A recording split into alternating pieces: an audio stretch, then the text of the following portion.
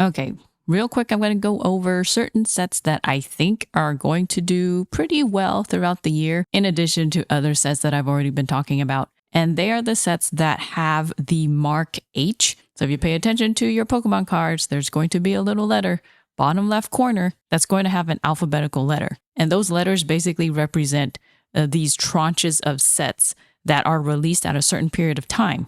The last tranche was mark G. And those sets included the Scarlet Violet base set and Paldea Evolved. And the print runs for those sets have finally come to an end since spring of this year. So the next group is mark H, the letter after G. And those are the sets I'm going to focus on because at some point their print runs are going to end and they are scheduled to end probably next year, 2027.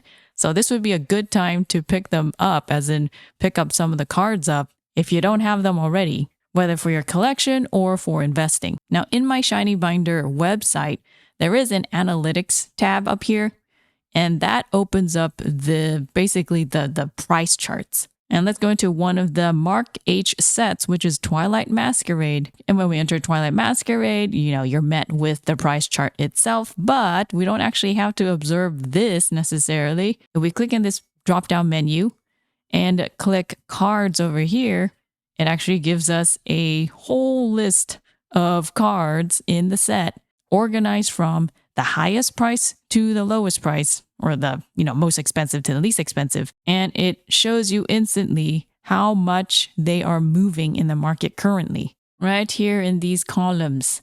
Now the 30-day percentage and 90-day percentage isn't filled because for a lot of the Scarlet Violet sets that we haven't filled out the historical data yet. We are going to do that. Currently, we only have data from April 26th of this year, so not even 30 days. But from what we do have from April 26th, we are seeing a lot of green. And I am going to filter those cards with this menu. Let's just filter the illustration rares. So it's only going to show us the illustration rares. Same organization, most expensive on the top and least expensive on the bottom. And you can see this volatility column here, which shows you its latest price movements. All these cards are green, literally from Eevee up here all the way to the cheapest, which is Heliolisk down here. And it's not that they're moving, the exact same percentage points, but they are moving positively. Now, if I click on volatility here, it's going to organize it based off of the highest volatility percentage point. And that would be Lairon currently. Lairon, this illustration rare, is 9%, basically up 9%. And you can ignore the rest of the columns for these sets because we need the historical data to get accurate numbers. But this volatility column is up to date. So Lairon was up 9%. Applin is up 6.9%. And Chimecho, at least I call it Chimecho. I don't know if that's the way we're supposed to call it. It is up 6.3% and so on. And if we keep going down all the way to the bottom, right, there's Eevee. Eevee went up 1.1%. It is currently an $85 card. And if we were to go to TCG Player and look at everything, here they are. Yeah, all these cards are literally going up. And I think it's because people are catching on to the fact that at some point, Twilight Masquerade is just going to disappear from the shelves. It's going to be really hard to find them. I mean, you might see them here and there in the stores because they still have some stock left, but it's going to be scarce. And if you go back to Shiny Binder and let's do the SIRs, why not? All of them are positive, but some of them are positive just a little bit, like Greninja, 0.5%. It's already a $364 card, but that's okay. In general, it's still trending upward, which is a nice sign if you have some of these Twilight Masquerade cards already in your collection. Now, the other sets that are also Mark H include Shrouded Fable, Surging Sparks, Stellar Crown, Temporal Forces. And I think that's all. Going into Shrouded Fable, which for a long time has actually been a pretty neglected set. Everything is moving in a positive direction, albeit not as much as Twilight Masquerade. The volatility here is less. A lot of them are, less than 1%. And let's filter it to only the illustration rares. Yeah, the one with the greatest volatility is Pheasantipity, the illustration rare, up 3.2%. And then the next one is Beware at 2.4%, Tapu Bulu at 2.3%, Cresselia 2.1%, and so on and so forth. And like I said, this was a set that was neglected. Like nobody liked them for some reason. But when I took a look at these cards, I really, really enjoyed looking at them. It's actually pretty nice. So let's get a bigger close-up view from TCG Player. Yeah, here are the cards. And I suppose people didn't like them as much just because the color scheme, maybe a little bit more grungy, a little bit more dark. But to me, I really liked it. They contrasted, the dark colors with nice bright colors, like this Fizantipity SIR. I really, really like this. I'm sad I didn't pull it.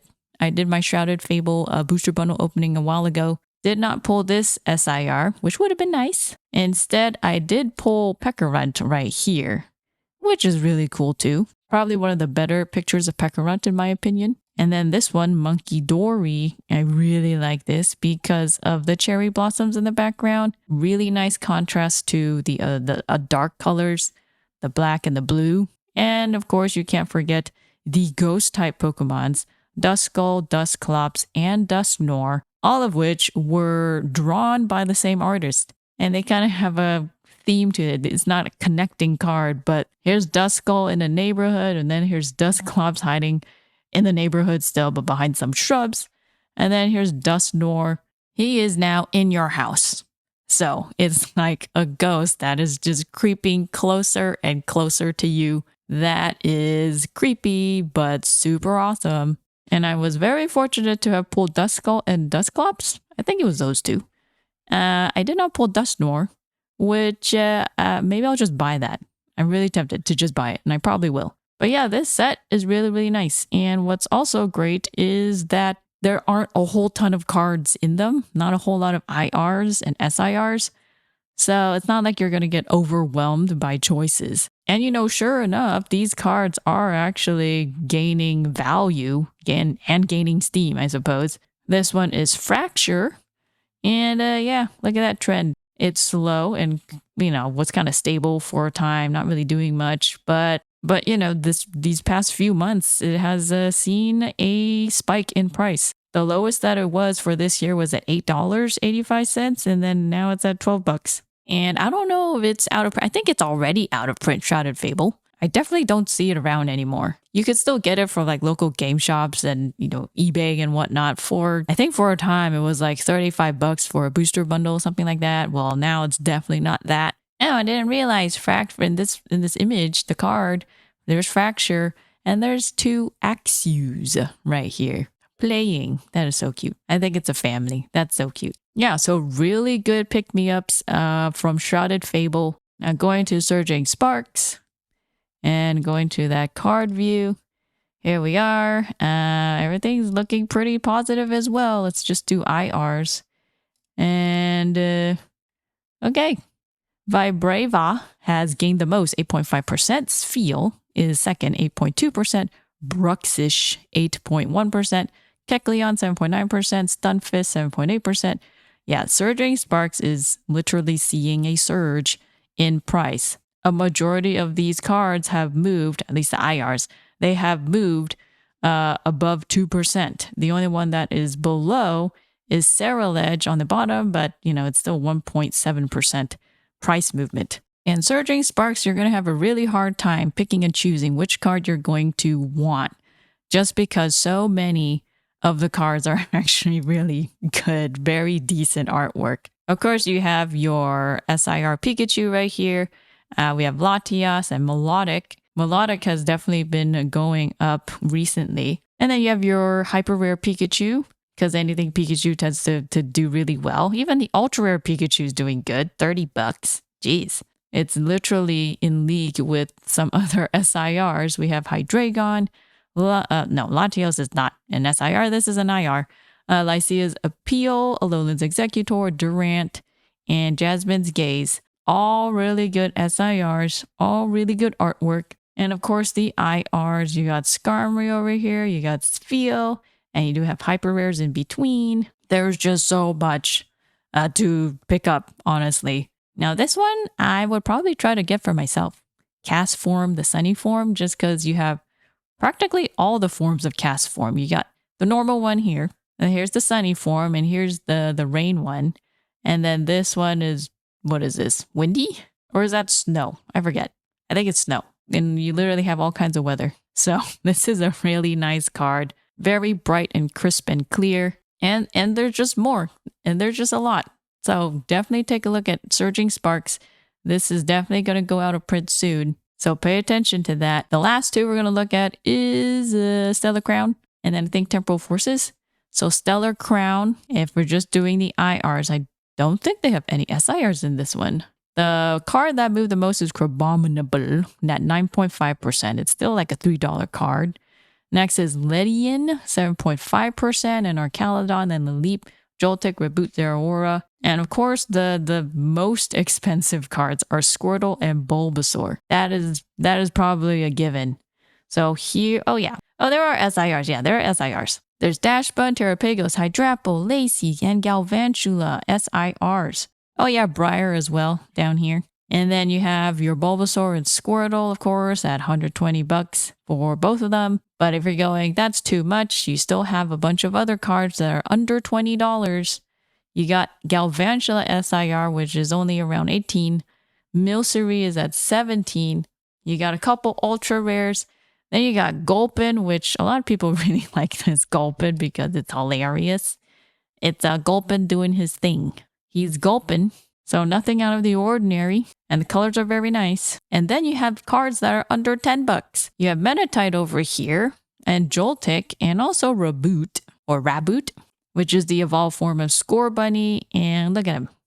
I think he is playing ball or snowball, I don't know, in the snow. And this is just a nice, it almost looks like a photograph.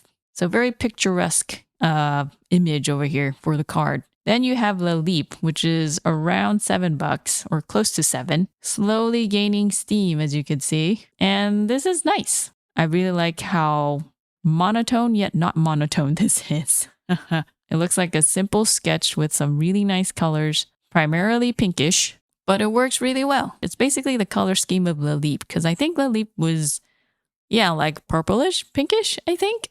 Yep, here's the Leap. Yeah, purplish, pinkish. Look at that. Such a freaky Pokemon, but very homely looking in this card because it's literally in someone's home. It is someone's Pokemon right here, this lady's. So yep, Stellar Crown. And then finally is Temporal Forces. Let's go to the cards. And let's just do IRs. And yeah, here we are. The one that moved the most was Deerling. That is one of the connecting cards. There's Grottle that's next at 5%. Deerling was 5.3%. Snob 5%. Cutie 4.3%. On and on and on and on. Everybody has moved above 1%. Licky Tongue is at the end right here. And Licky Tongue is a $24 card. Crazy. And let's look at Temporal Forces. Yeah. Ghastly is the most expensive at around $120. Then you got Morty's Conviction and SIR, probably because there's a Gengar in there.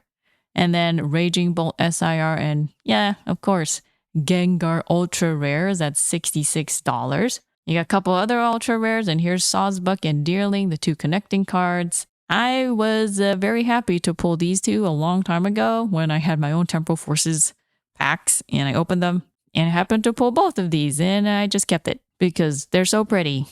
Look at the colors. It's so good. But there's still some really awesome cards in this set.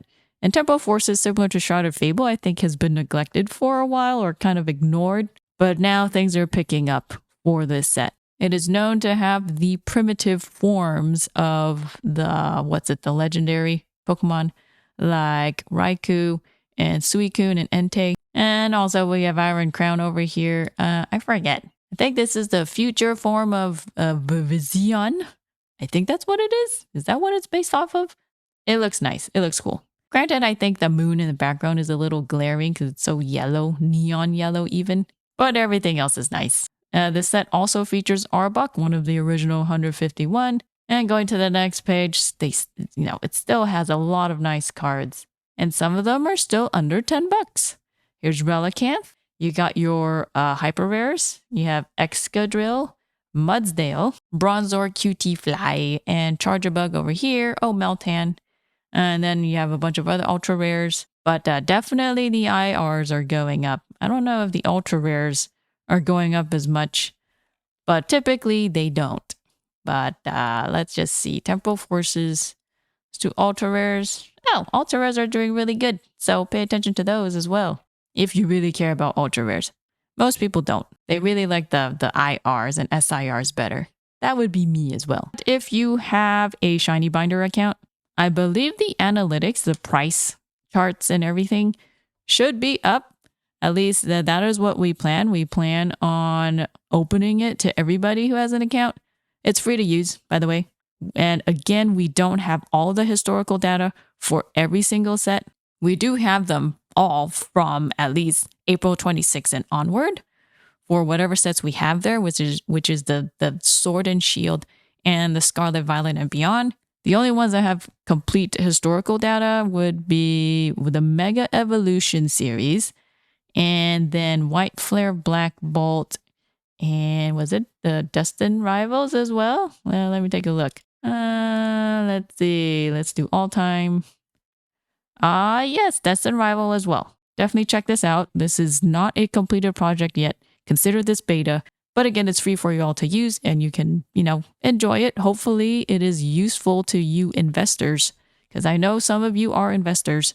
Your feedback also is appreciated. Just drop it down in the Discord. And if you guys like what we do here on the channel, which is a lot of data related stuff, apart from looking at the market, we also open packs and weigh them all to see if there is any correlation between weights and ripping for hits. If you like any of that, definitely consider liking and subscribing so you don't miss any of the videos.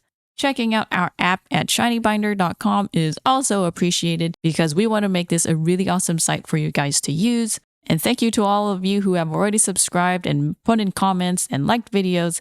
And also I've been trying out the website and giving us feedback. All of that is so highly super duper appreciated. It really helps you guys as much as it does us so that we know what sort of content you guys would want and what sort of features you want. Anyhow, that is all. See you in the next one.